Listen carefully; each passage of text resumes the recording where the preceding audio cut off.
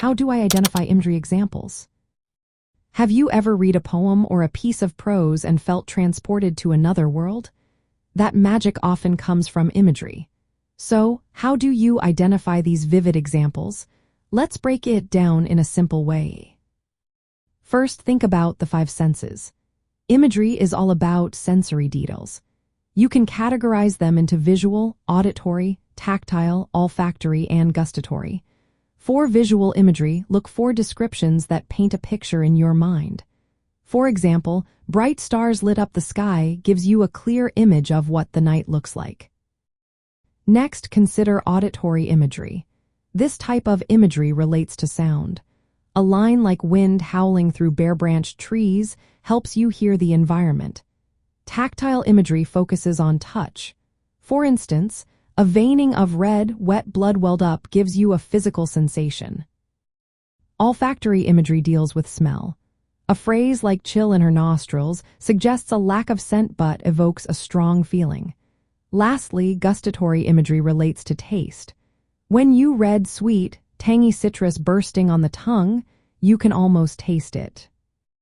Another way to identify imagery is through figurative language.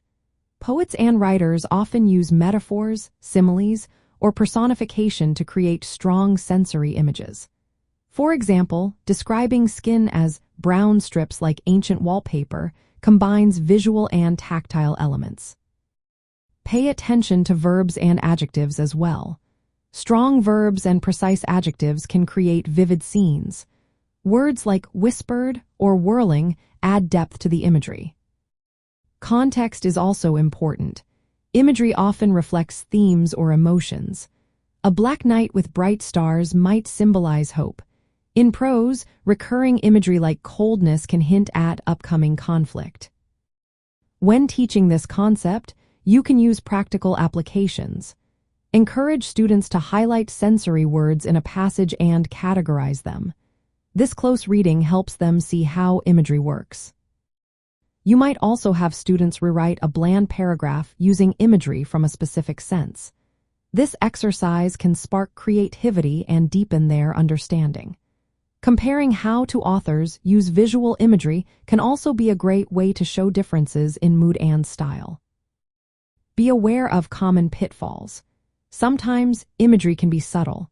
A lack of cooking smells can evoke feelings of emptiness just as effectively as a detailed description. Also, remember that imagery and symbolism are not the same.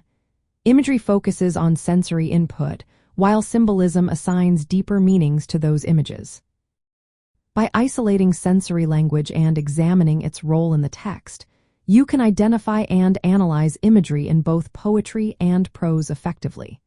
This approach not only enriches your understanding but also enhances your appreciation for the art of writing.